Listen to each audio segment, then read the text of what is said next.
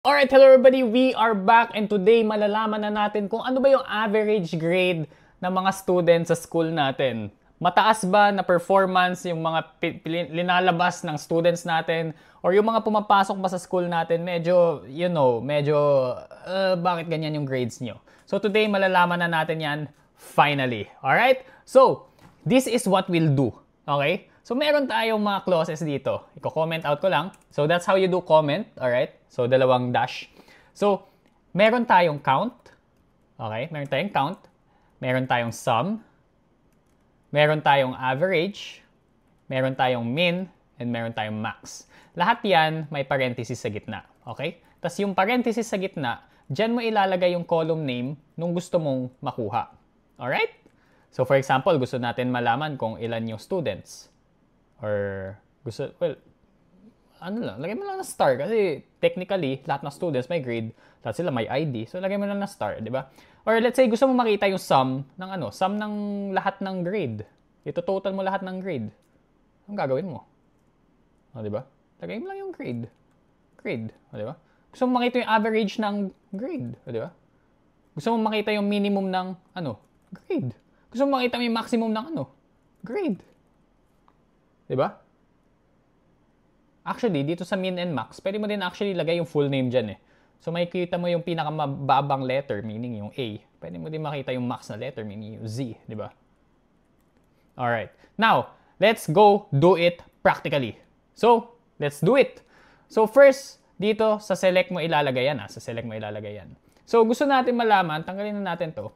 Gusto natin malaman kung ano ba yung, select star muna natin. Gusto natin malaman kung ano ba yung total ng grade. Ang gagawin lang natin, punta tayo dito, sum grade. Sum grade. And to be honest, I don't know while you will want to see the sum ng grade nila. Ang mas practical dyan is yung average ng grade nila. So yan ang average ng lahat ng grades ng lahat ng students mo. 82.5. How disappointing is that? Diba? Yung buong school mo, 82.5 yung average grade. Grabe naman yan, guys. Grabe naman yan. So, check din natin, ano yung lowest? Ano yung lowest? So, mean. Ano yung lowest grade meron dito? Sino yung pinamababa? 65. Kaya ako tinanggal yung full name dito para hindi natin malaman kung sino yun eh. Kasi nakaka-disappoint eh. Gusto ko din naman maging proud. So, lagay natin max grade. 93. 93 yung max grade. Napakalupit. Sana all ganyan, di ba? Sana all ganyan. Okay, balik tayo sa select star. So, andyan na yan. Again, if gusto mo lang makita yung count ng lahat, count star. Lagay mo lang sa loob.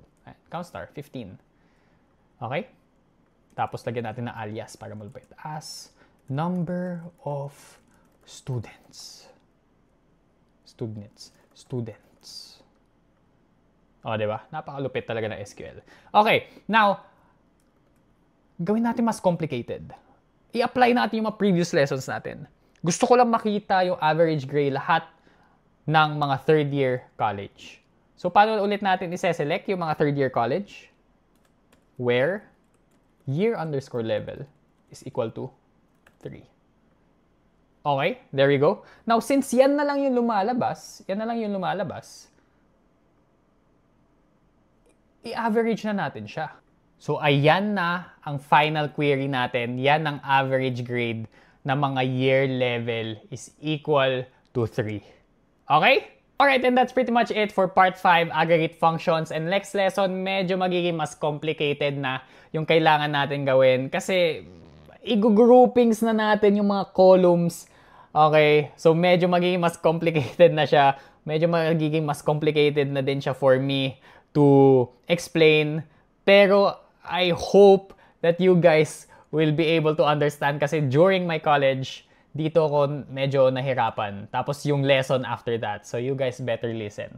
Alright? So we will be doing that after this. So visit the part 6. Part 6 to see that video.